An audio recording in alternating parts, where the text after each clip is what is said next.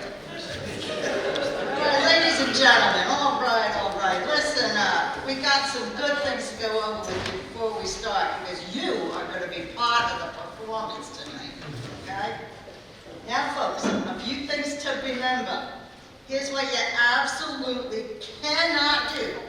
No coughing, sneezing, belching, snorting, yawning, or going in the can. Got it? Got it. Good. It'll be a good audience. All right. Now, we do want you to feel free to be applauding, guffawing, belly laughing, and oh yeah, don't forget, swooning when appropriate. And believe me, I'll let you know when it's appropriate. Got it? Yeah. Good. All right now, our sponsors want to make sure you got this right. Remember, millions and millions of people will be listening. So let's practice. We'll start easy. Applaud.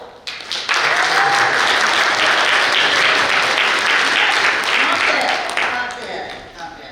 Okay, all right now. How about guffawing? Impressive guffawing. We got some skilled guffawers here tonight, I'll tell you. All right now, how about belly laughing? Come on, looking at some of those bellies out there. I know you got better belly laughs than that. Let's give it another try. All right, okay, good, not bad.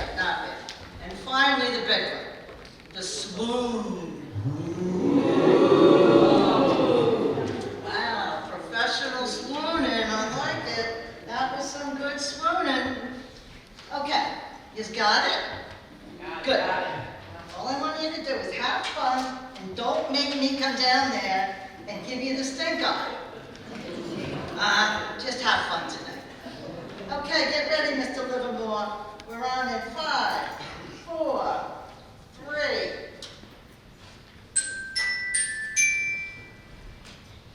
Good evening, listeners. This is Lyle Livermore speaking. As is our tradition tonight, live from WPHI Theater in Philadelphia, we bring the holiday spirit into your living room.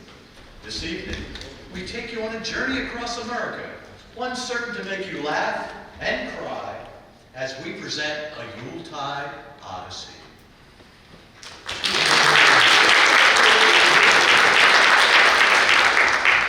Now, allow me to introduce the stars of our show tonight. You know him from his starring role in the horror movie classic, The Lima Bean That Ate South Jersey. Tonight, playing the role of Carrie, please give a hearty welcome to Mr. Dirk Van Dyke.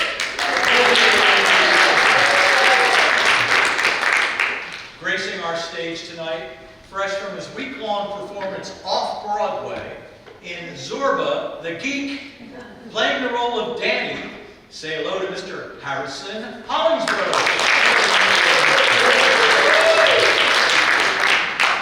And returning to our theater in the role of Ruth, after co-starring in the blockbuster movie Bonzo Goes Bananas, please give a warm Philly welcome to the sultry Lana Loxley.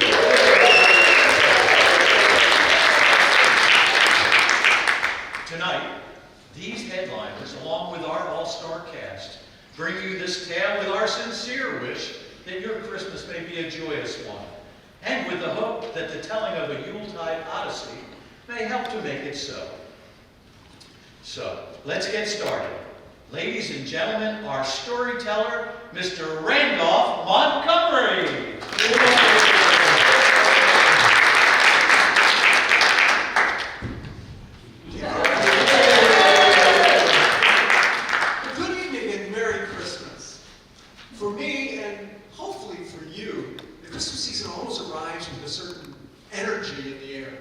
Maybe it's the anticipation or the hustle and bustle. Whatever the case, it certainly is a time I look forward to and enjoy. For me, more important than the gift giving and the getting is the gathering of friends, family, and loved ones. My recollections of Christmas focus mainly on the storytelling around the dining room table. Tales of Yuletide past. Stories which contain nearly as much fiction as fact. As As my dear old dad used to say, I love to tell stories. Some of them are actually true. Such is the case of a tale told as we gathered around the dinner table one Christmas Eve many years ago. Folks, it was December of 1957. President Dwight Eisenhower had been reelected, and Lord knows we all liked Ike. The nation's highway system was expanding rapidly, and Americans took advantage, heading out to all parts of the country.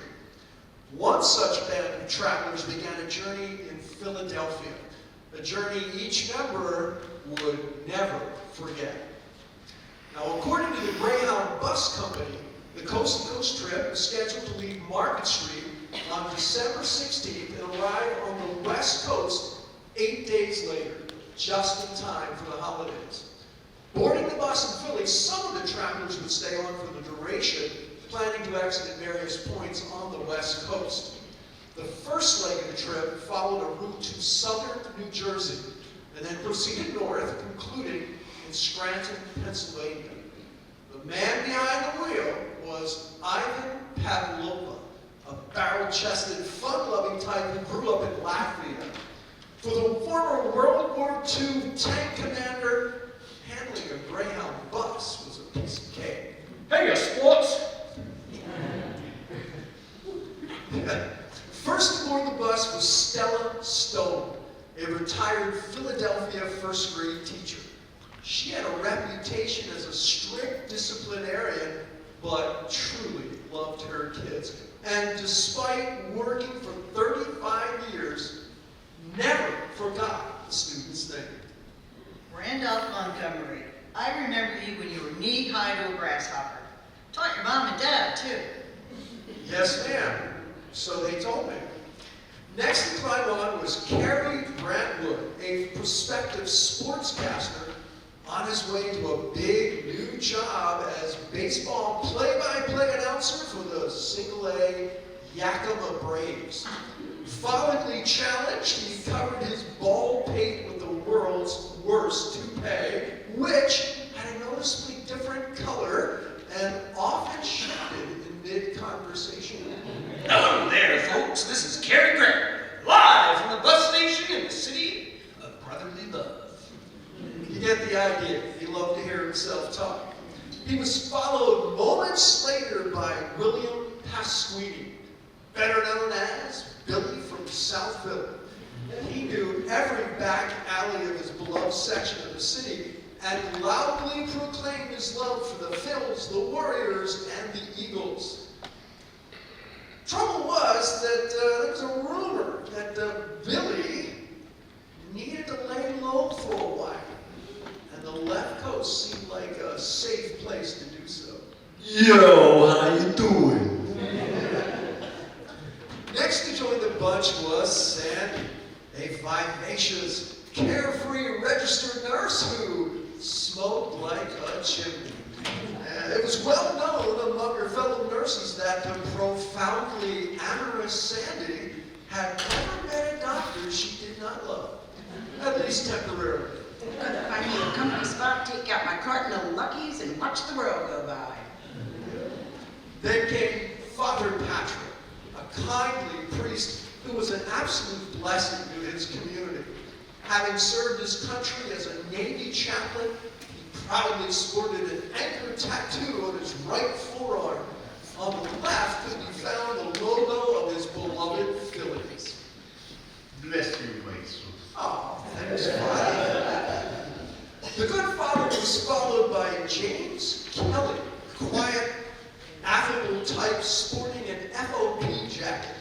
He quickly found a seat near the back of the bus and seemed intent on not being noticed. Hello. Last aboard was Danny from Manayunk, a bright, creative type. He was looking to get out on his own. He had experienced a challenging upbringing, as his father was known to frequent tap rooms and consequently passed away at a young age. Raised by his mom, Danny loved her to pieces. He rightly believed he took after her, but feared he would wind up like his dad. night, the darkness would descend over him, and he would stealthily reach for his flask. Hi, everyone.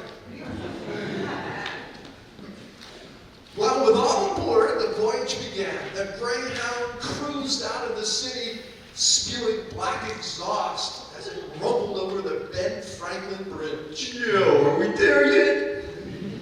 The Greyhound continued on its route, leaving behind the urban clutter. Ivan put the bus in gear and headed for the seashore, specifically Ocean City, a bastion of the Methodist Church.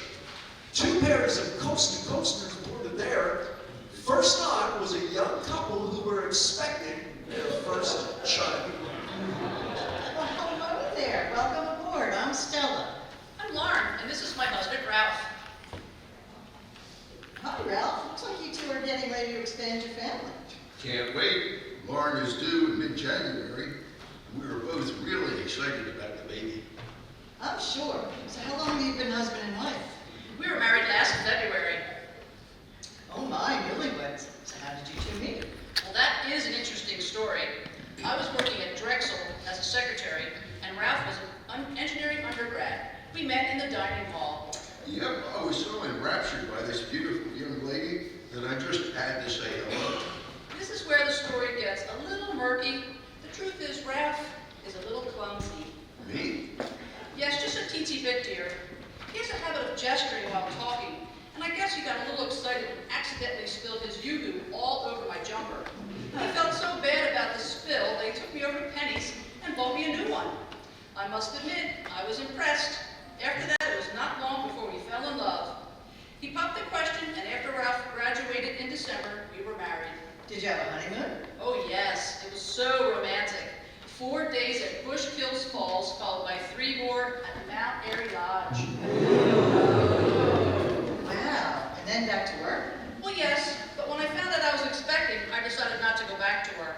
So what do you like better? Secretary or housewife? Definitely housewife. I have to be busy, and there's always something to do. Just making the beds is fun for me, and I especially love ironing and folding fitted sheets. I could never figure out those sheets. You and the rest of the civilized world. So, are you headed to the West Coast?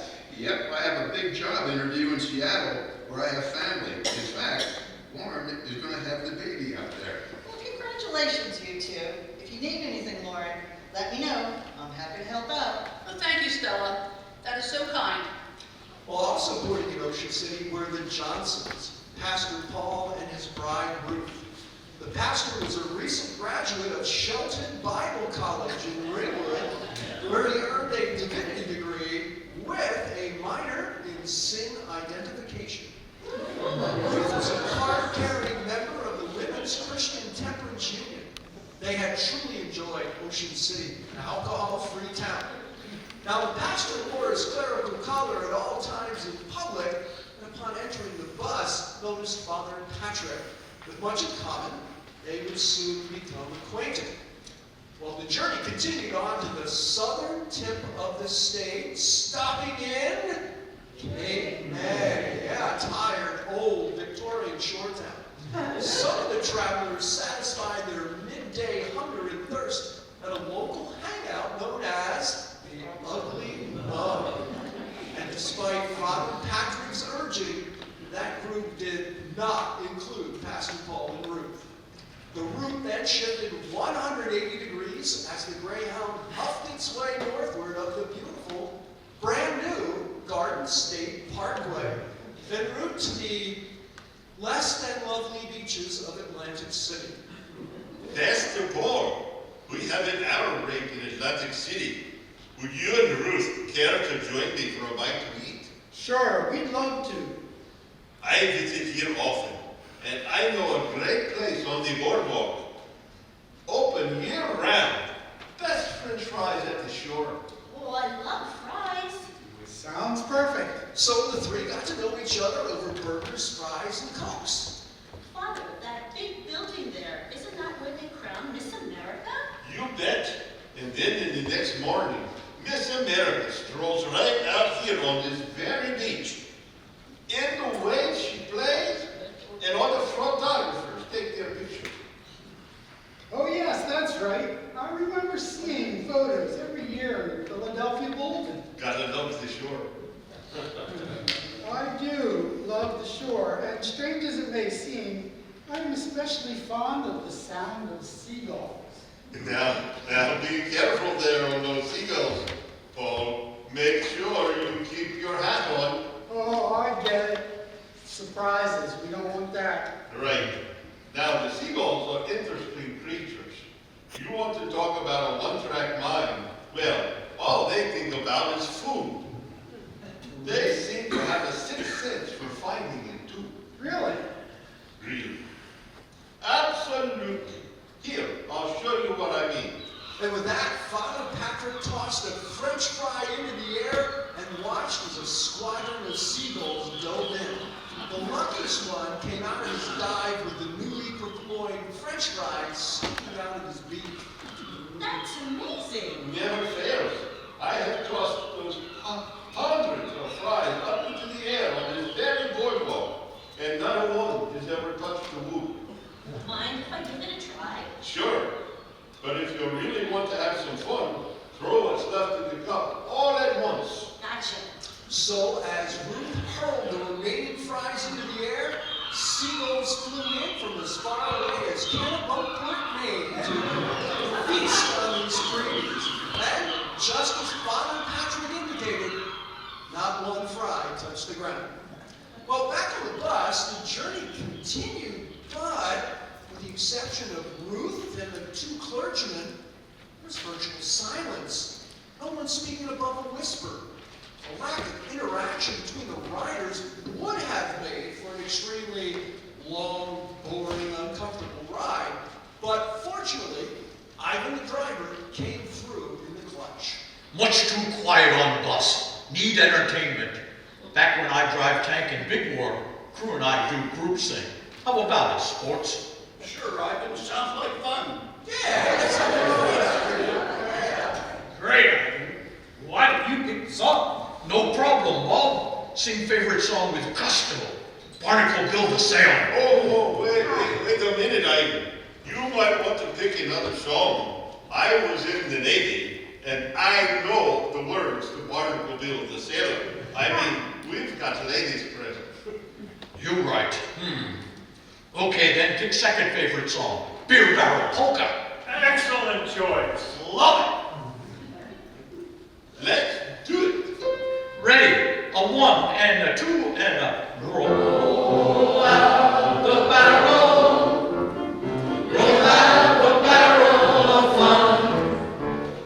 Roll out the barrel. We got the blues on the run. Sing, boom, terrero. Bring out a song of good cheer. Now's the time to roll the barrel, for the gang's all here. Roll out the barrel, roll out the barrel of fun. Roll out the barrel, we've got the blues on the run. Sing, boom, terrero. Ring out a song of good cheer. Now's the time to roll the barrel, for the gang is all here.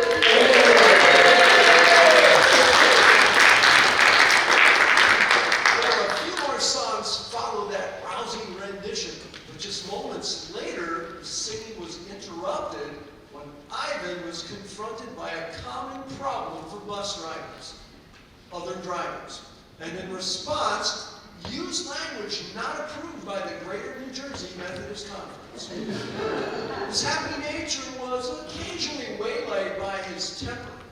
Ivan had long fuse on that temper, but boy, it sure did burn rapidly. Hey, you son of a! You cut me off. Now you die. Here, Ivan, my son. Remember the ladies. Sorry, Father. Guess I forgot my love for my fellow man. Even Israel, rotten son of a...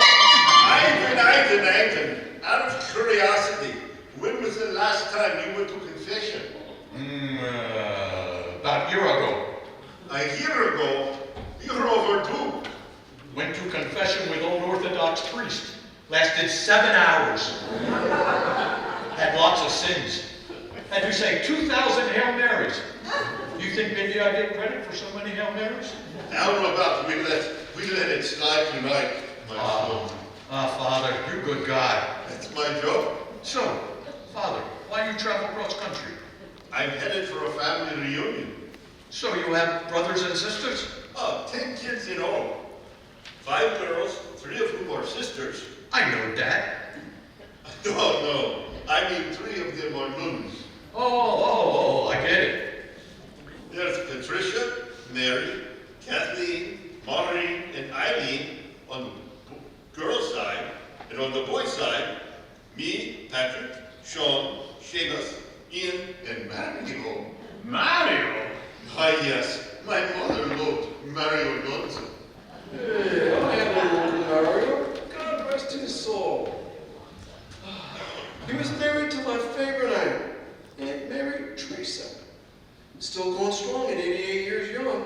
In fact, she sent me off with this here thermos filled with her famous soup pasta vazou. Still hot, too. You know, she never quite figured that out. I think the thermos has got to be the greatest invention of all times. You know, it keeps the hot things hot and the cold things cold. How do you know? Danny, tell us about your family. I grew up with 1 brother and 2 sisters. My mom raised us and did a great job. My dad had a problem, though. Couldn't handle his booze. Turned out, he died a natural death. A beer truck backed over him. Died with a big smile on his face. My mom was great. Managed to keep us all in line, and that wasn't easy. I remember some moms in my neighborhood used a ruler as heat for the kids' seat. My mom used a fly swatter as her weapon of choice. You never really used it on us, but just the possibility was enough to keep us in line. How about your family, Carrie? I grew up on a farm in Hamilton, New Jersey, the blueberry capital of the world. And I don't mind telling you, I absolutely hate blueberries. The kids in school thought I had a rare disease because my fingernails were always blue. Every shirt I owned growing up had blue stains. I never want to see another blueberry in my life. I won't even go down the produce aisle and have Well, now we do have 2 men of the cloth here. I'm sure you guys had to study hard. You know, Father, I once thought about becoming a priest, but the seminary sounded so boring. I never pursued it. Well, and then that whole celibacy thing too. So, Father, what was it like in seminary? Oh, I love the seminary. Lots of great guys, lots of practical jokes. I'll never forget the time my roommate, now Father Joseph, started a rumor that the next pope was going to be a math major from Villanova. Like that would really happen. Crazy, huh? He also stole the sacramental wine and replaced it with the grape juice. Really upset the priest. But come to think of it, we did get a few converts from the Methodist church. Hey, Father, I wanted to learn a lot of that stuff at the cemetery. I gotta ask it because I wanted to know something. How do you make holy water? Oh, that's easy, my son. You just get some tap water and you boil the hell out of it.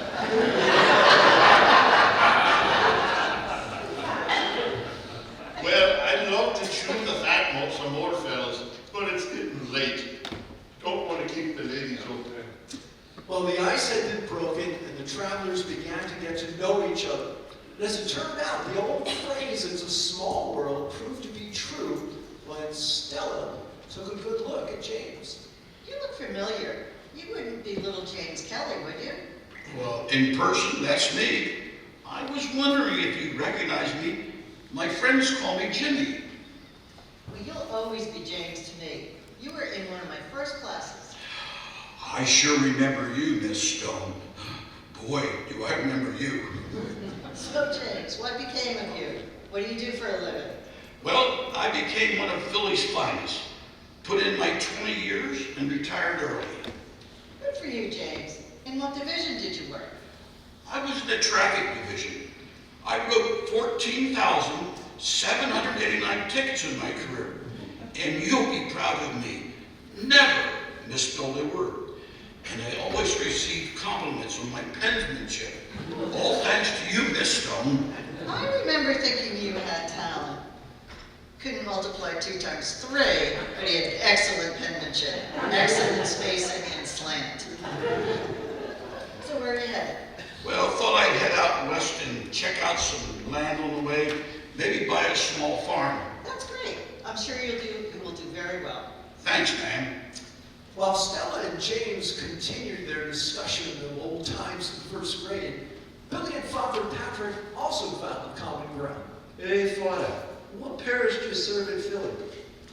Oh, wait a minute.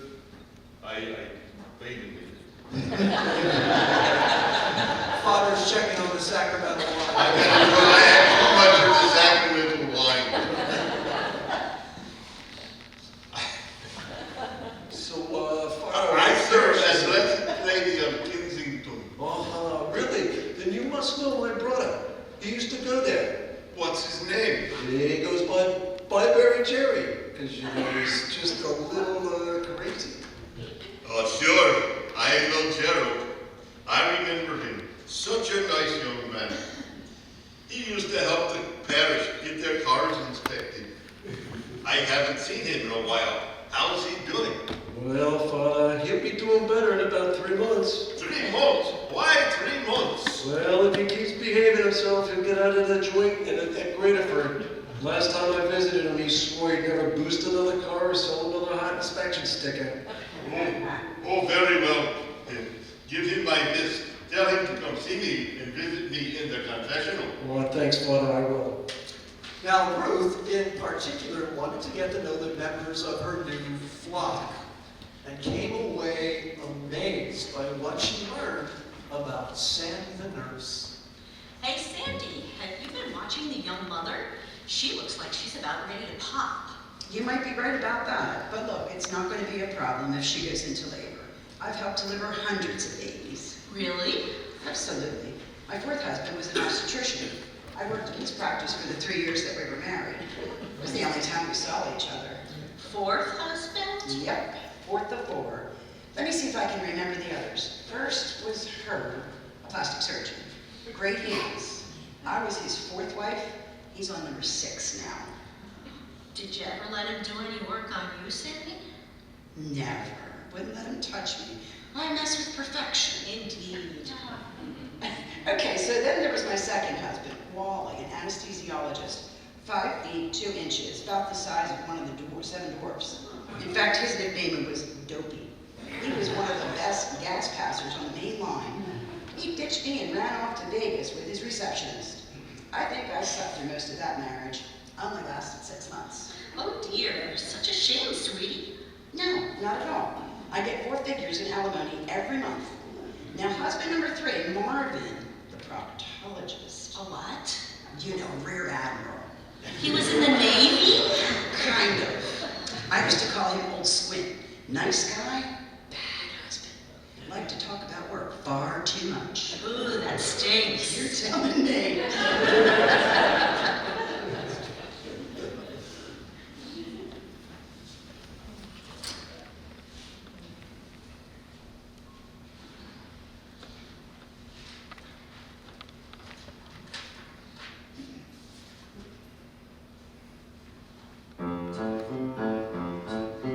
I found out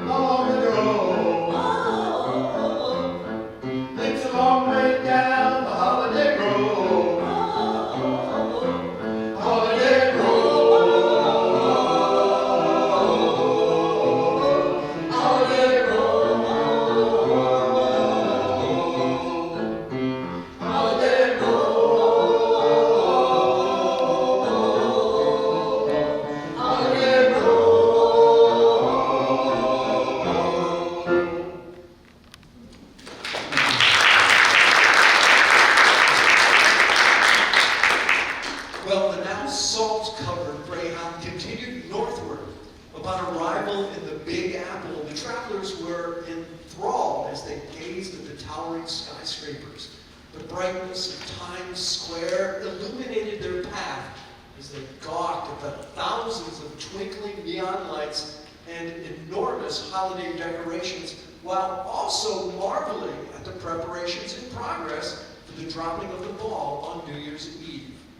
Upon arriving at the bus station, 2 more passengers boarded. Dr. Isoroku Ito and his wife, A. Erie. Destination, Lodi, California. The doctor spoke virtually no English, so A. Erie served as interpreter. Natives of Tokyo, they were on their way to an international physicians conference. Seeing new travelers on board, Ruth, of course, wanted to make sure they felt welcome. So she made it a point to say hello to A. Erie. Welcome aboard. I just wanted to say hi. I'm Ruth. What's your name? I am A. Erie. Say that again for me, sweetie. A. Erie. E-Ari? Pretty close. A. Erie. Oh my, I am so bad with names. Sweetie, is it Re-Ari? Japanese names are hard for Americans. It's A. Erie. I'm so sorry. How about if I just stick with sweetie? That's fine with me. It's a pleasure to meet you. Have to tell you, when you got on the bus, I noticed your dress right away, sweetie. It's beautiful. Thank you. So did you buy it in Japan? No, I had hot dog in New York City and dropped mustard and relish on my favorite dress. I bought this at Sears and Roebuck's. Oh my. Well, it sure is lovely, and I have to say your English is great. Did you learn it in school back in Japan? Not really. Most of what I learned came from watching American soap operas. I love As the World Turns. You too? I absolutely adore As the World Turns. Well, sweetie, we have plenty to talk about now. Upon clearing the city limits in its symphony of car horns and police sirens, the Greyhound 14 headed west and found some open highway, much to Ivan's delight. Gotta ask you, Ivan, what's it like driving a bus long distance? Much fun. Love Turnpike. Once got this baby up to 75. Put some pipsqueak and Chevy Bel Air convertible past me doing 90. No respect anymore. Not like old days in Big War. Always got respect in tank. I bet. Hey, do you drive much in Philly? Sure do. I remember one cold winter night like this. Had 12 people on board, all shivering. Decided to do takeout at Burger King. Ordered 13 coffees and 3 Whoppers to go. Was great till I knocked over the Burger King statue in parking lot. Boss got very, very mad about that. Ever drive tour groups? Sure, many times. So I guess that meant you had to park this big baby. That must be tough in the city. No problem. No one dumb enough to mess with Big Bus. Where I stop is where I park. Ever have any trouble with cops? Only once, in Philly. Mayfair section. Some cop wrote me ticket. Left it on windshield. Said I parked too far from curb. What a bunch of salami. Oh, you mean baloney? Yeah, that too. Cost me $15. Would like to talk to that cop. Give him a piece of my brain. One thing though. At least I understand writing on ticket. Nice penmanship. Excellent spacing.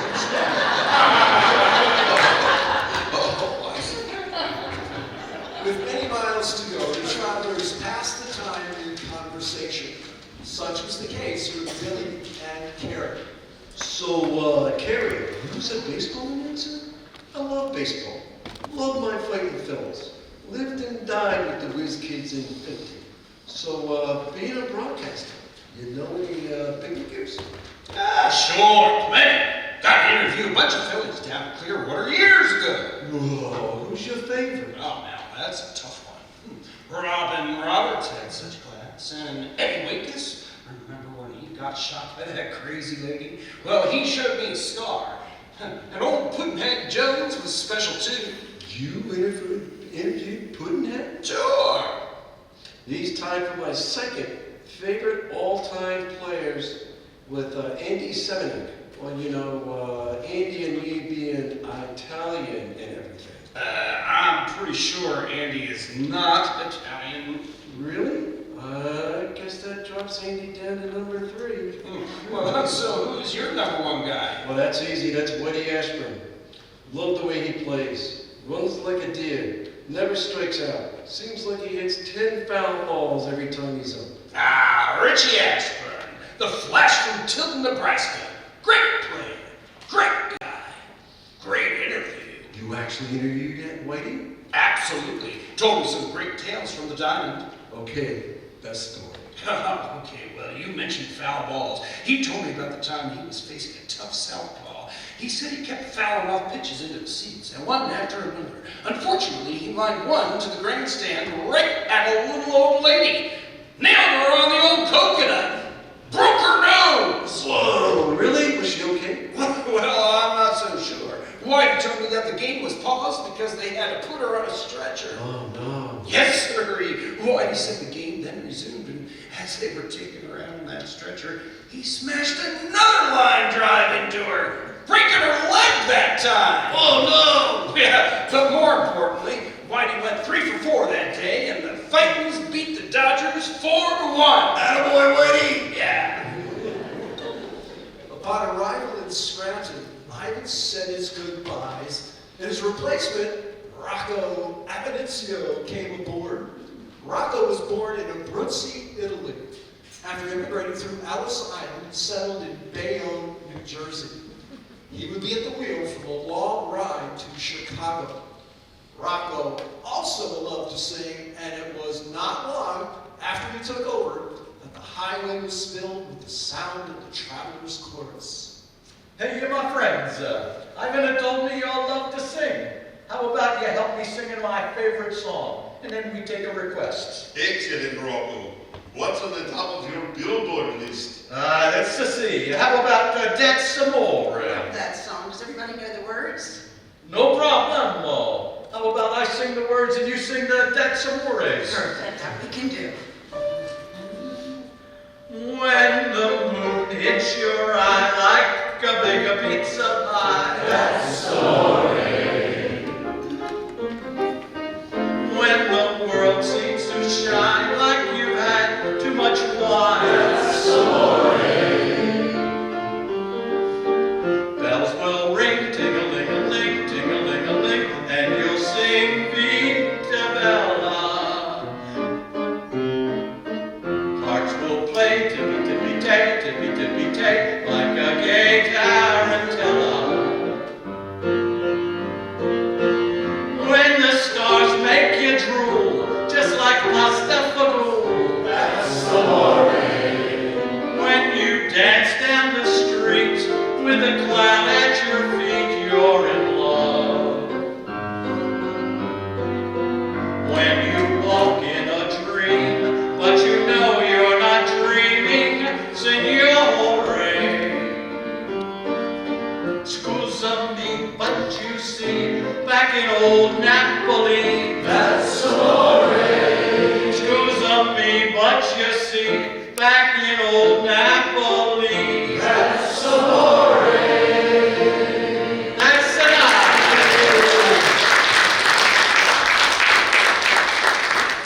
Well, the chorus continued into the night with the singing of every song ever recorded by Old Blue Eyes. The travelers drifted off to sleep that night with lyrics in their heads and smiles on their faces. We'll be right back after this important commercial message. What a beautiful day on the beach. Almost perfect. Well, if you could just get rid of that lingering odor. Wonder what it could be. Hey, Butch, any idea what it is? Oh, beats me. Oh, look at the time. I have to go feed the parking meter. Boy, that's strange. The odor seems to be dissipating rapidly. You don't think Butch... I think he needs an intervention. Sure smells like stage 4 foot odor to me. Definitely. Hey guys, here it comes. Butch, we need to talk. Okay. Gotta ask, do your neighbors shut their windows when they see you walking down the street? Well, you know, come to think of it, they do. Do people always look you right in the toes? Oh my, yes indeed. Do dogs keel over when they sniff your shoes? Well, yes, but only small breeds. How did you know? Well, Butch, we're here to help you overcome the painful stigma of chronic food overeating. Really? It's that bad? Yes, indeed. Ooh, absolutely. But don't fret. Help is only a phone call away. We heartily recommend new Damatol. It really does the job.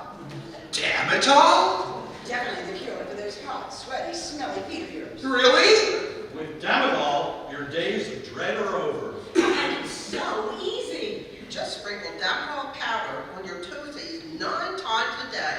Before long, you'll be walking barefoot again without causing a stampede on the beach. Oh, great! But is it safe? Perfectly safe. Heck, even if you're allergic to it, use it anyway. Some minor side effects have been reported. They include Diarrhea, pyorrhea, seborrhea, gonorrhea. The rickets, the shingles, the grip, the vapors, the plague, the village. TB, RSV, OCD. COVID-19, COVID-20. Ringworm, hookworm, heartworm. Chickenpox, monkeypox, smallpox, measles, monkeypox. Trichinosis, halitosis. Distemper, temper, feline leukemia. Yellow fever, scarlet fever, dengue fever. overbite and underbite, Legionnaires, hemorrhoids. Consumption, heat stroke. Acid reflux, heart palpitations. Insulin, terror. And diaper rash. Which can lead to death. Not to worry, Butchie boy. But don't wait. Call Elgin 6-2847. That's Elgin 6-2847. Boy, than that while supplies last. Call before midnight tonight, and they'll throw in a second bottle at no extra charge. just pay $17.95 in shipping. Wow! What a deal! A light free of foot odor. How can I ever thank you? Well, you can't. But if you would like to have big help, if you would about the overnight delivery, we'd really appreciate that. That's Damatol, folks. Sprinkle your way to cool, fragrant feet. Before long, you'll be saying, ah, damn it all! Call today.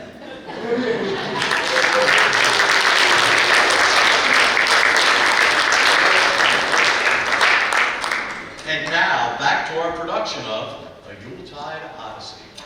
Hoping to enhance the Christmas spirit on the bus, Rocco took a slight detour through the Finger Lakes region of New York State, cruising through beautifully decorated little villages which celebrate the holidays like no other. From there, the bus motored on through snow-covered Rochester and Buffalo, luckily avoiding the area's famous lake-effect snowstorms. Man, seems like there is snow everywhere. Not sure I could live up here. Just mile after mile of snow. It makes me feel like I'm in Antarctica. Never been there. Is that outside Philly? No, just a little south of there. I was never good at geography. Well, I think I'll head back to my seat and do some reading. Turned out Billy had come equipped with a variety of reading materials, some of which were, let us say, for more mature readers.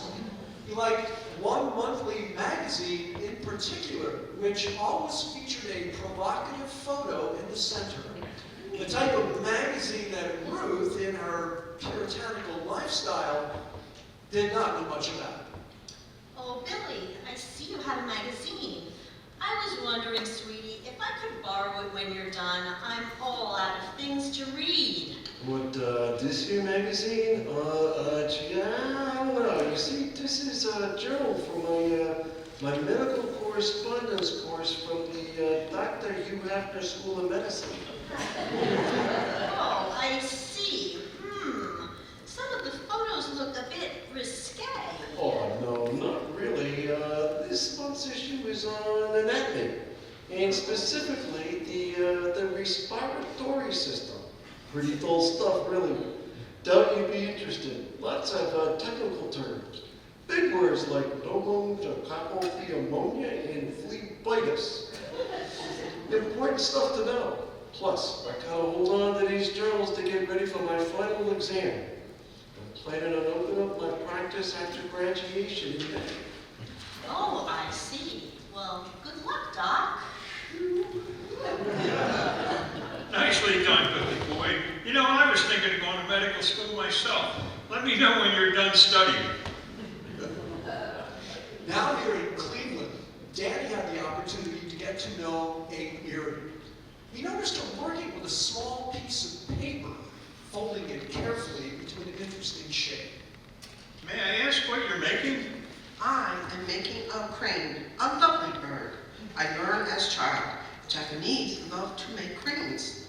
Oh, I see now. It's beautiful. Crane is sign of peace.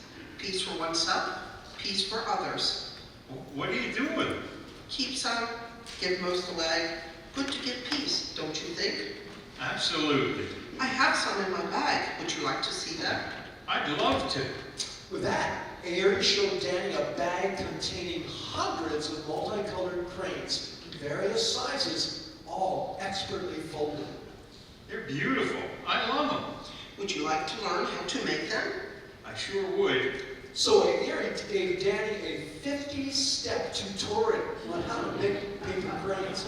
His first effort was more like a turkey buzzard, but he quickly improved with practice. He started using chewing gum wrappers and found them to have the perfect texture. So, at each subsequent stop, he bought jumbo packs of juicy fruit doublemint and Wrigley spearmint. So as not to be seen by the others, he toiled diligently at night. He enjoyed the work, and it provided him with remarkably fresh breath while also producing dozens of beautiful cranes. Interestingly, while folding those cranes, the darkness he had experienced did not return. Not once did he take the cap off of his flask. For the time being, it seemed he had found some peace for himself. Now, on a long journey such as this, it was inevitable that cabin fever would set in. Ruth realized the younger crowd needed some activity, so she enlisted Lauren, Ralph, and the three young men. Hey guys, I think I have just the medicine to liven things up. Well, what do you have in mind? Just my favorite game in the whole world, Yahtzee! Oh yeah, I heard of that, but I never played. Oh, it's easy to learn. I can teach you in a jiffy. I know Yahtzee. Used to play as a kid. Great game. Me too. Used to love to calculate the probabilities with the dice.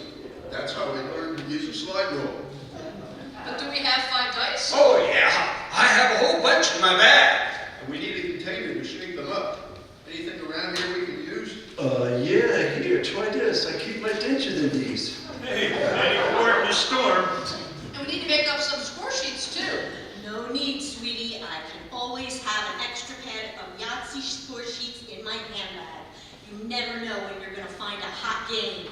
With all the makeshift ingredients in hand, Ruth did a short explanation of the rules, sharing her years of experience in detailing Yahtzee's strategy. Okay, let's get started. All right. Ruth, how about you take the first roll? And so a Yahtzee tournament commenced. Lasting over 2 hours, the contest grew in fervor. The intensity was palpable, and subsequently a crowd gathered around the competitors. As the excitement built to a crescendo, the contestants were on edge as Carrie, practicing his trade as a play-by-play man, described the penultimate moment to his engrossed audience. Folks, it all comes down to this last turn. Ruth needs Yahtzee to win. A full 5 of a kind. What are her chances? Can she pull it off? One by one, she places the dice in the denture holder. I mean, the cup. Beads of sweat have formed on her brow. With the cup in her left hand, she shakes them up. And lets them fly. Oh, the crowd responds as the dust clears to reveal Ruth with 3 5s. Not a bad start. Billy? Billy from South Philly, what do you think about her chances of pulling this off? Ruth is a terrific player. You can't just shut her down. You can only hope to contain her. Good first roll, but I think it's still a long shot. Well, that could well be true. Well, Ruth leaves the 3 5s on the seat and places the other 2 dice in the cup. Again, she rattles the ivories. And lets them fly. Oh, she's got another 5. That's 4 of a kind. Good enough for second place. Oh, but we know our Ruth. She wants the whole enchilada. Can she do it? Can she win one more 5? The game's on the line. She picks up the die. This is the moment of truth. The moment every Yahtzee player dreams of as a kid. She gently places the die in the cup. She shakes once, twice, 3 times, And now pauses to look heavenward, and there it goes. It rumbles, stumbles, tumbles to the edge of the seat, and bounces down on the floor. There is a mad scramble to see the number on that final die. Could it be? Might it be? It is! It's a 5! She's done it! Ruth has done it! She has done the impossible! Hotsy totsy, she's a Yahtzee champion!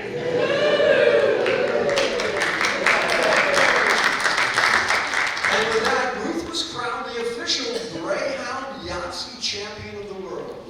The boys offered her the denture cup as a memento, but she gracefully declined.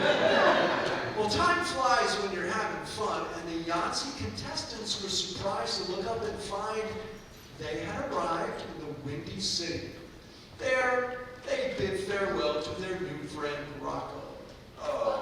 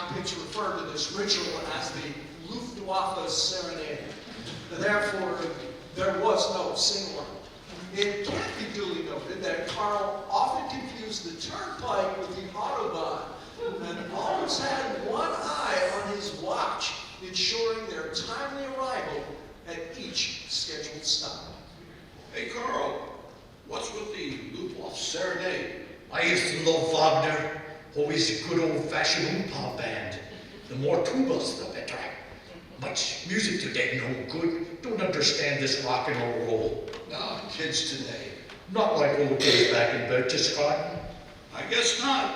So how long have you been driving a bus? Started in 48, not long after walking off boat. My Aunt Wilhelmina and Uncle Wolfgang helped me out. I had 2 job offers, bouncer at Auntie's Beer Hall Garden or drive Greyhound bus. You made a good choice. Dun, dun, dun, dun, dun. With the flight of the Valkyries blaring. I'm working. Okay. From Carl's transistor, the bus sputtered on. Just outside of Peoria, Sandy and Stella struck up a conversation. Through 4 marriages, Sandy had never had a child of her own. The thought of parenthood and stretch marks scared her to death, but not necessarily in that order. So Stella, tell me about teaching first grade. I cannot imagine controlling a bunch of 6-year-olds. Oh, it wasn't too hard. Never once raised my voice. Wow, what was your secret? I learned to trick early in my training from a nun who taught for 50 years.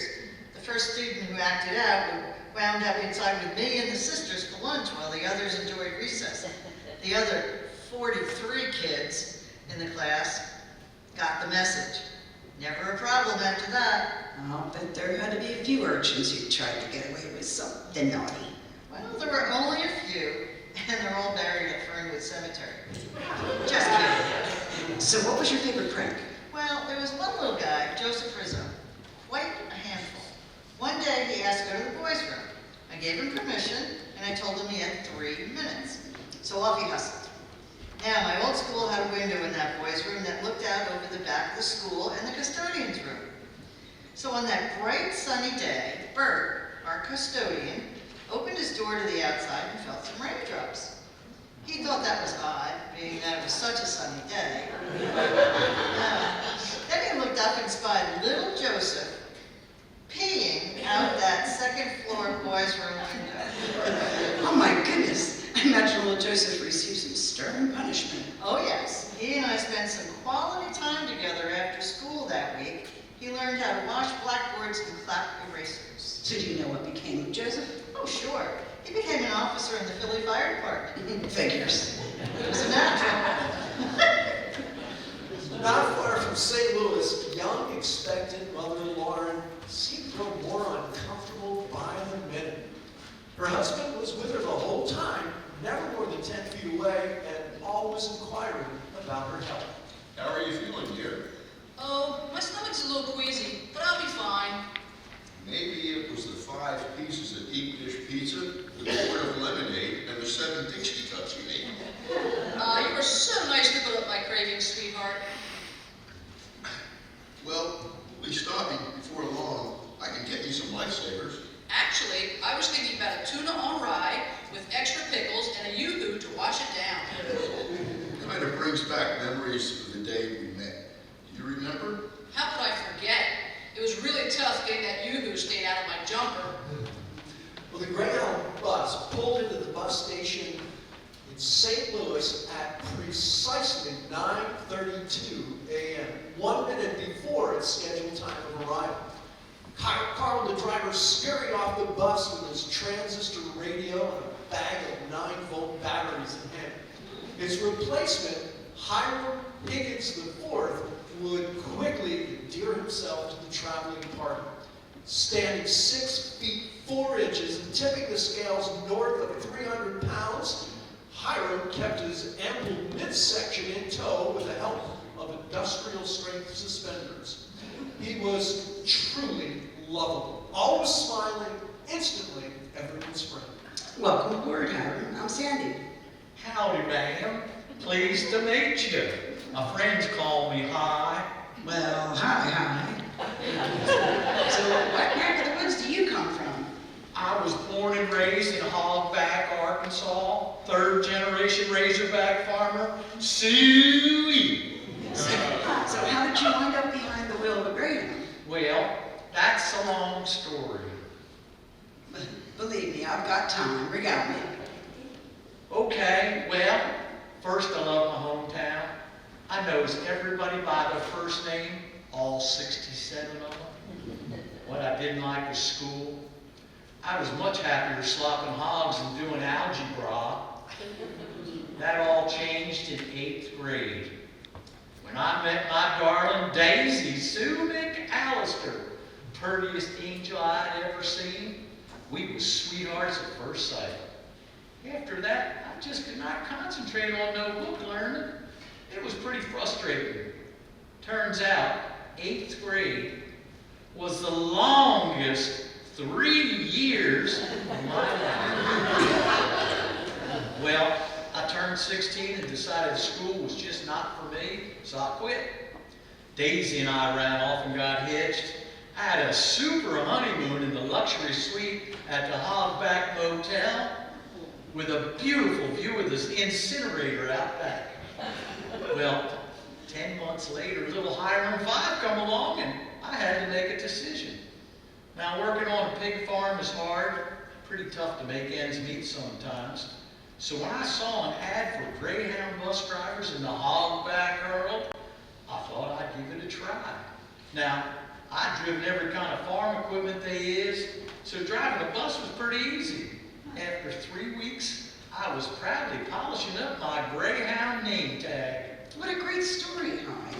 Well, thanks, ma'am. So, Miss Sandy, I get the feeling y'all ain't a pig farmer? Very perceptive, Hi. What gave it away? I think it was them high heels. Definitely. Actually, I'm a nurse, and just so you know, I've been keeping an eye on her mother-to-be-born. She's been doing a lot of tidying up in the bus. She's usually assigned a different kind of labor in the future, if you know what I mean. Don't I know? Seen it before at home. Not a problem. We'll do what we have to when the time comes. So your experience with Little High comes in handy. Actually, we have 8 sweet babies now and another on the way. We'll have enough for a baseball team come springtime. That's gotta keep you busy. Not a problem. 8 lessons and counting. Know all about babies. I can change a diaper quicker than a jackrabbit in hunting season. I'll bet. So, 8 kids. How old is your firstborn? 9.5. We've been talking about putting an addition on the house. I should think so.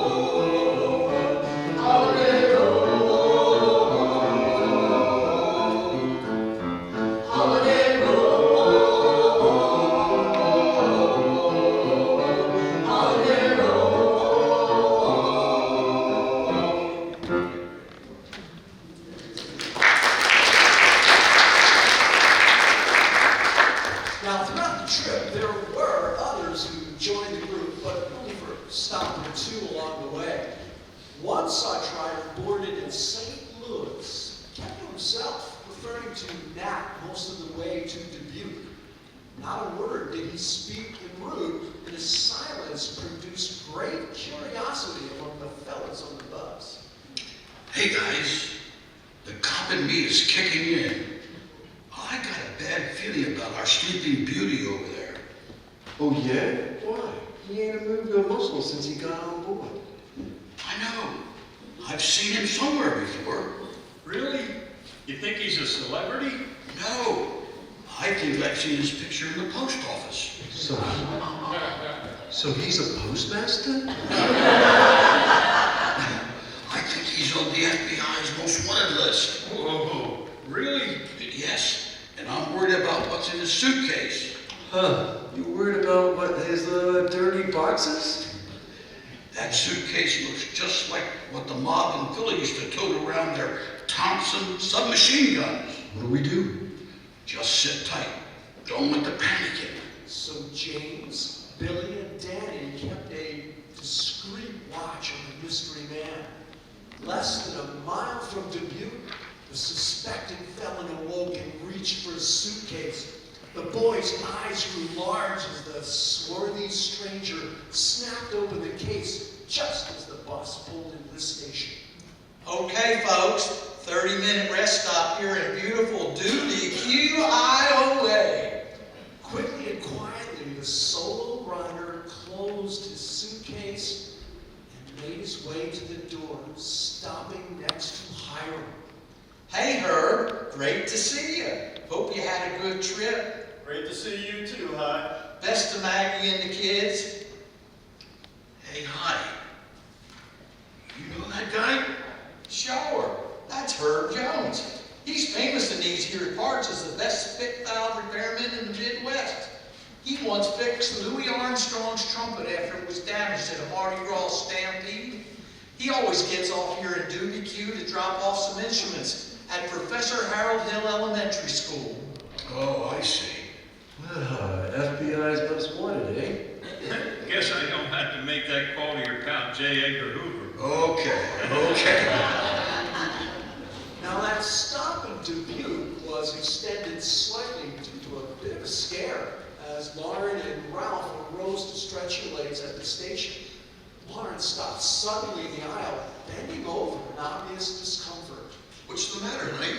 Ooh, I think I better sit down. Having some pains. Sit here, catch your breath. As Lauren reclined on the bus seat, Sandy came forward to help. Lauren, tell me what's going on. I just started feeling some pain. Not too bad. Seems to come and go. I've been feeling them for a little while. No problem. Probably just false labor.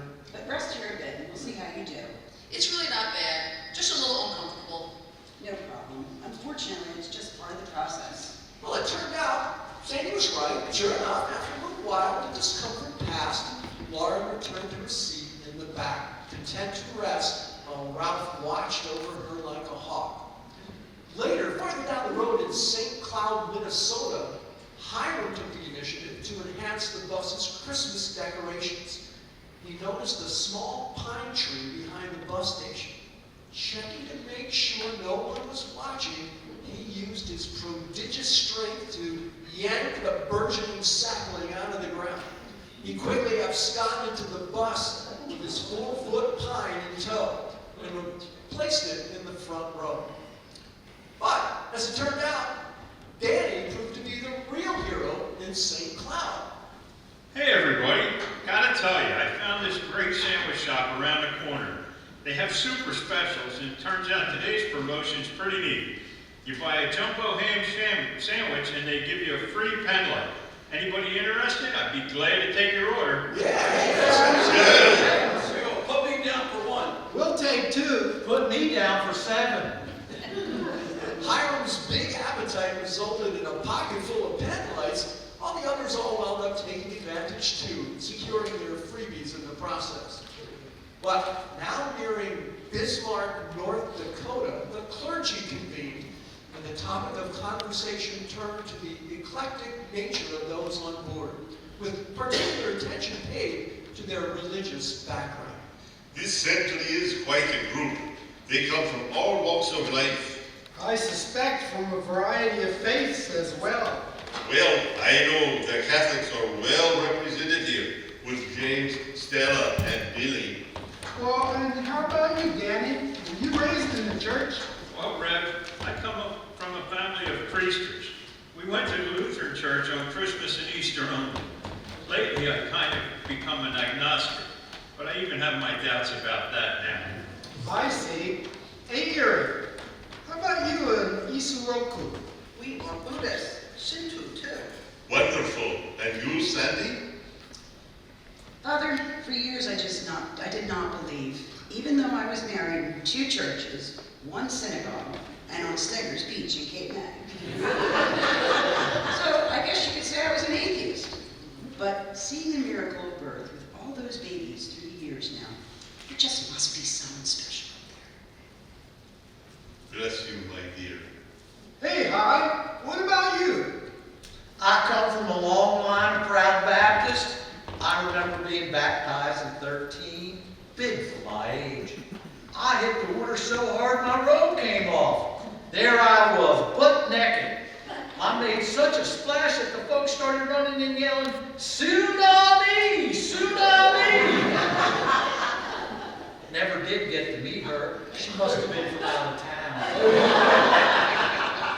Now, late in the day on the 22nd, the bus pulled into the station in Boise, Idaho, as the sky darkened ominously. Folks, I'm going to drop you all off at the station and go fill up with some gas. Radio says there's some bad weather coming on the way. Going to try to get out ahead of the storm. Y'all might want to grab an extra sandwich or 2. Everyone agreed to make this a quick stop. The 2 clergymen decided to search for beverages, and their efforts resulted in the acquisition of 6 cases of diet soda. Hiram returned to pick up the group as the first snowflakes fell. Reaching the main highway, it was not long before the conditions worsened. The wind was noticeably stronger and the snow intensified, making visibility difficult.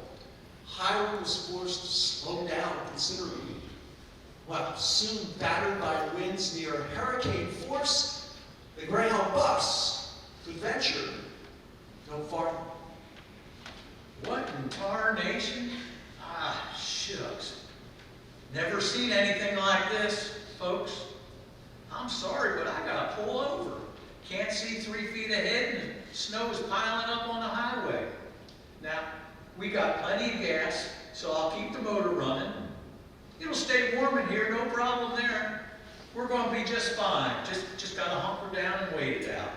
The group was disappointed they were falling behind schedule, but completely agreed with Hiram's assessment of the conditions. Fortunately, they had resupplied themselves with reading materials in Boise, stocking up on new magazines. Field and Stream, Saturday Evening Post, and best of all, Lawrence Welk Weekly, featuring a special serial on the dancing duo Sissy and Bobby. Now, the conditions on the bus were not as bad as one might expect. Food and drink were in ample supply, no problem there. Hiram, well, he looked after his riders fastidiously, while also keeping the motor running. That required him to slip out every hour or so to make certain the tailpipe was not covered with snow. While the storm raged on with no let up in sight, and there was no sign of any help on the way. And then, to complicate matters just a bit, Lauren grew more uncomfortable, and on the evening of the 24th, her water broke. It became quite clear that the time had come for Lauren to have a baby. No matter there was no room for her at the inn, or even an inn to be found. But on the bright side, she was surrounded by her new friends, all showing their consent. Well, a few carols were sung with Hiram leading the chorus in full voice. At the conclusion of the final carol, Hiram paused and motioned for Danny to come closer. Danny and I just want to say Merry Christmas to y'all. Kind of special, ain't it? But there's more, folks. Danny's been working real hard on some gifts for y'all, so I'll let him do the presentations. Merry Christmas! Merry Christmas! I have something special for each one of you, because each one of you is so special. Thanks to Ieri, I learned about these cranes. It's pretty neat how they symbolize peace, and there can be no better gift than peace. With that said, he proceeded to present every one of his new friends with a lovely crane. Each one a different color and size. I do have one other special presentation. Ruth, come on up. Oh my. Danny stepped forward, gave Ruth a big hug, and then presented her with a large hat made from the sports section of the Chicago Sun-Times. Inscribed on the right side in bold calligraphy was her name. She then turned the hat to the left side to reveal the other inscription, Yahtzee Champion. But to the shock of all, Isoroku then uttered his first English phrase. Ruff, you hotty-totty! It was a few more hours before the bus was able to get underway, and Hiram then skillfully followed the snowplow all the way to the Oregon border, where from there, conditions permitted safe passage to the coast.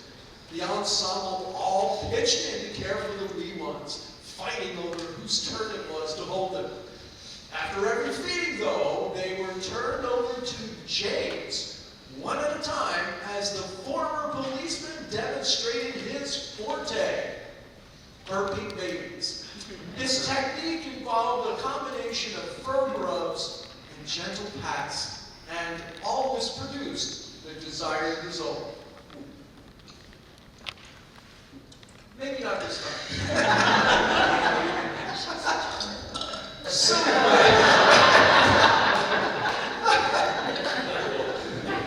great talking. So anyway, what became of this disparate bunch? Well, some did keep in touch, informing the others about their life's journey. Ralph was hired by Boeing in Seattle, where he led a productive life designing spacious in-flight bathrooms, while Lauren was content to be a housewife, mother, and skilled fitted sheet folder. Don't say that 3 times real quick. For some reason, she had no more children and strangely never rode on a bus again. No way! James the Cobb eventually purchased a small farm in Ohio, where he harvested buckeyes, which he then sold at Ohio State football games, making a fortune in the process. Buckeye necklaces, $5 special. Billy returned to his beloved South Philly and in 3 short years earned his GED. He worked his way up the ladder at the Milton Bradley Toy Company, eventually managing the Mid-Atlantic region. He was well respected in the company after setting a sales record for one item. Hotsy totsy of a Yahtzee! Carey enjoyed a successful career in Yakima, calling minor league baseball games for 3 decades. He also became the voice on UHF TV of every used car dealer in the Northwest. He had one opportunity to work on a national stage when he was offered a job by a fledgling sports network. But he turned it down as being too risky, saying, Yeah, in a few years, no one will remember ESPN. And finally, Danny. Well, he settled on the West Coast where he truly found himself. While the road was long, at times bumpy, he lived a productive life in sobriety.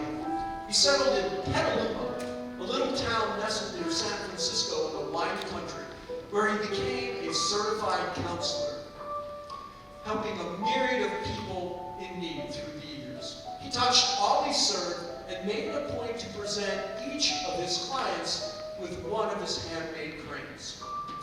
Well, reaching the West Coast as each member of this Greyhound family disembarked, handshakes, hugs, and a few tears followed. Truly, this diverse group from all walks of life, from all over the world, had been bonded by these births, thus renewed their spirit and faith in mankind. They carried with them a lasting memory of their final song together. Pastor Paul had broken out the Methodist hymnal, song number 431.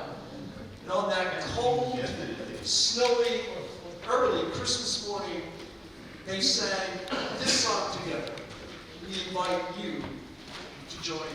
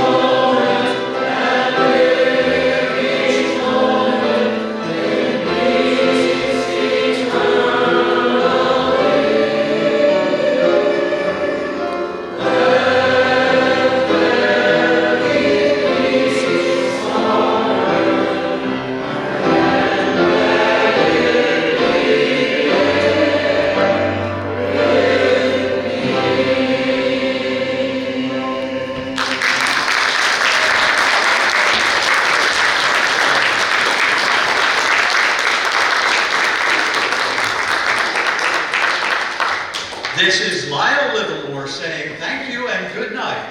This has been a presentation of WPHI Philadelphia.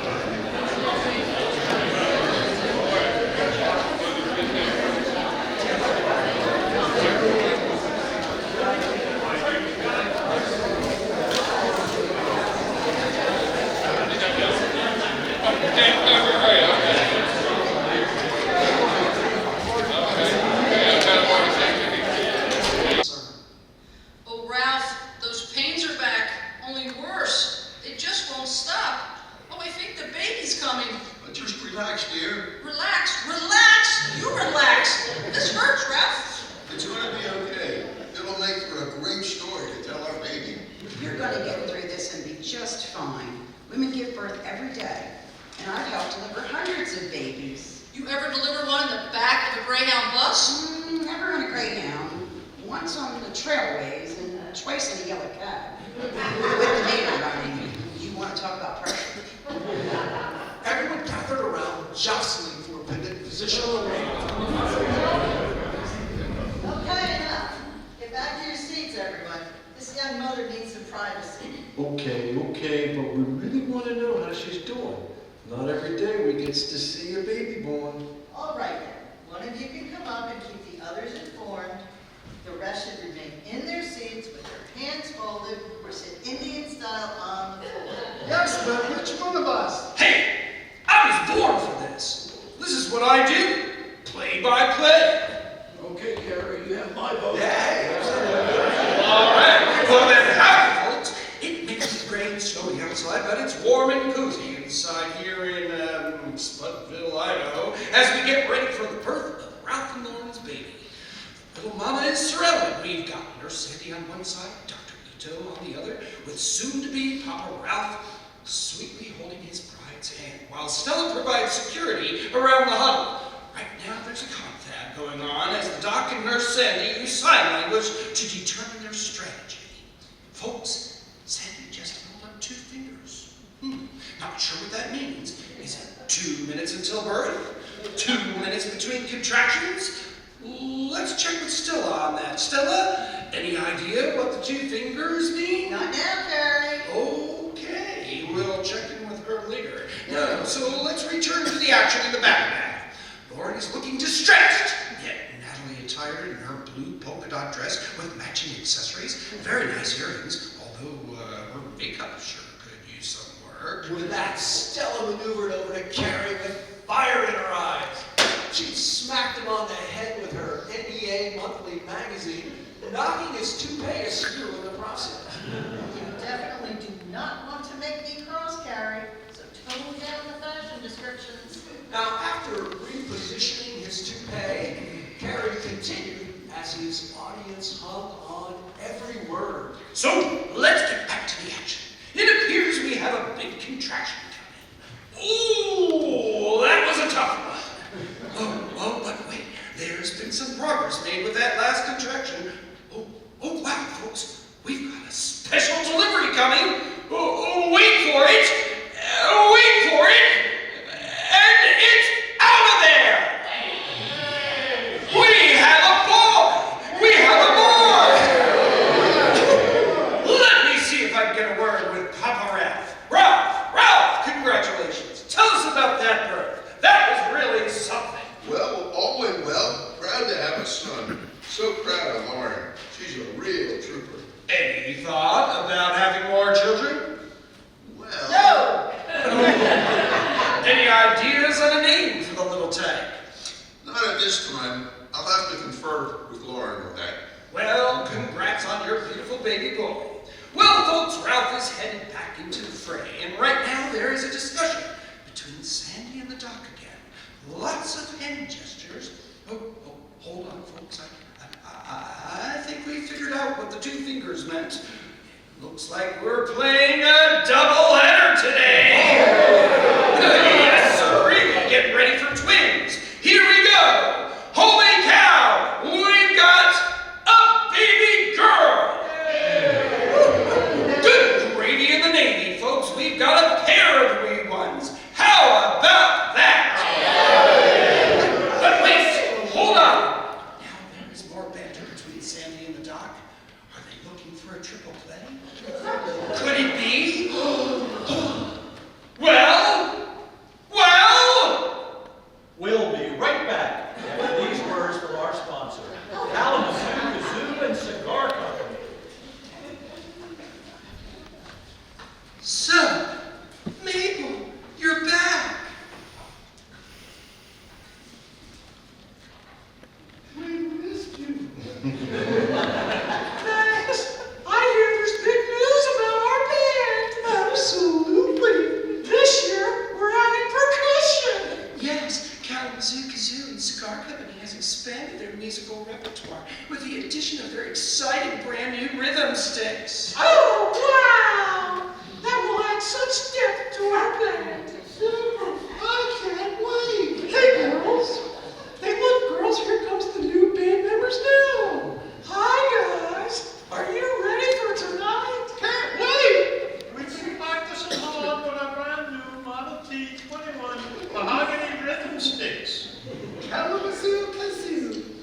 cigar company is amazing. You bet. Just listen.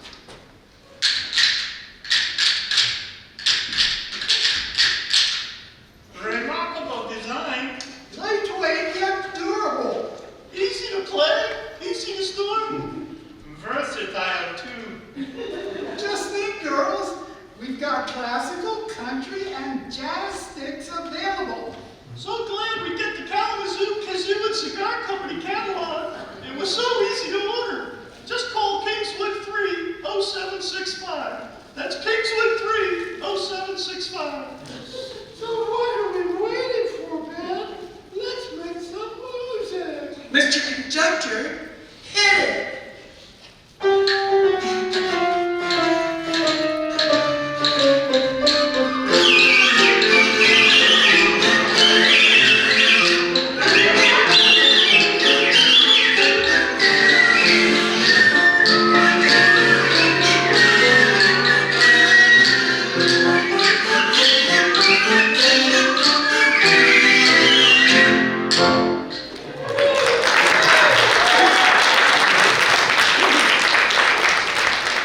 Music to my ears.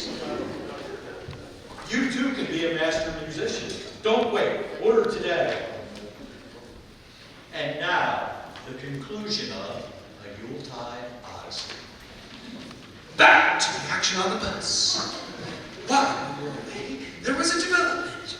It has become clear that Lauren will not be giving birth to triplets. No, just a twin bill today. We're seeing some gesturing right now.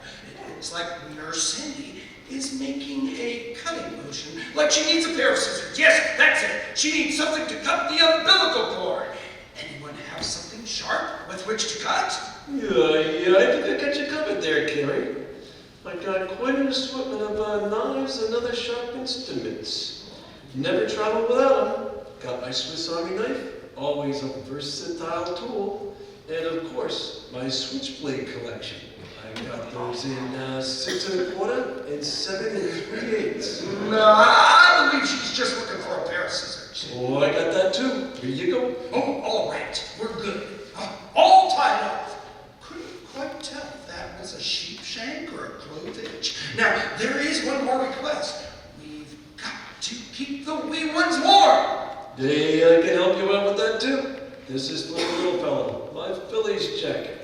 Autographed on the right sleeve by former ace reliever Jimmy Constantine. What a way to welcome the little guy into the world. Like a little swan in clothes, ain't it, Fauna? Indeed. And this is for that baby girl, my bowling shirt. My favorite one with our sponsor's logo, Di Giuseppe's Pawn Shop, on the back. The little one deserves to start off life wearing something elegant like this. Well, we've got one last item to cover. Ralph and Lauren tell me they're ready to name their babies. Yes, we think it's only fitting that the little fellow be named Paul, William, Patrick, Harry, James, Ira, Isakuru, Daniel, Schmidt. And the young ladies will be known as Sandra, Ruth, Stella, and Erie Smith. Well, there you have it, folks. One big happy family. When Father Patrick had thought to look at his watch, meticulously set to the correct time. It showed the baby boy to have been born at 12:04 a.m., with a sister arriving shortly after. Both born on December 25th. Despite the brutal cold, a special warmth enveloped the occupants inside. While allowing Lauren to get some rest, the others celebrated the births. Papa Ralph distributed Cuban cigars, and Pastor Paul laughed aloud as he saw Hiram sitting between Sandy and Stella, all three with their feet up on the seat in front, happily puffing away, grinning broadly. Patrick, perhaps a little later we can gather for a time of reflection and celebration. It is Christmas, and it sure seems appropriate to give thanks. It might not be the usual midnight mass for you, Father, but as the good book says, where there are two or more gathered, in my name, there I am with you. Excellent idea, Paul. I do seem to remember hearing a similar story long, long ago. No room in the inn and all that. Well, Hiram then quietly made his way off the bus as the revelry continued. Perhaps from the smoke screen created by the cigars, the others did not notice his absence. He reappeared about an hour later, looking like the abominable snowman, only smaller with bright rosy cheeks. He brushed himself off as the others all noticed his entrance. Hey y'all, looky what I found, a genuine Idaho snowplow. Storm's let up a bit. Think we'll be able to get on our way before too long. Good thing too, running low on diet soda. And so a short time later, the group gathered and gave thanks as they celebrated 3 births. With the final amen, Hiram and Danny provided even more joy as they set up that little pine tree in the aisle, illuminated with pen lights while decorated with several diet soda cans and a plethora of Danny's beautiful paper cranes.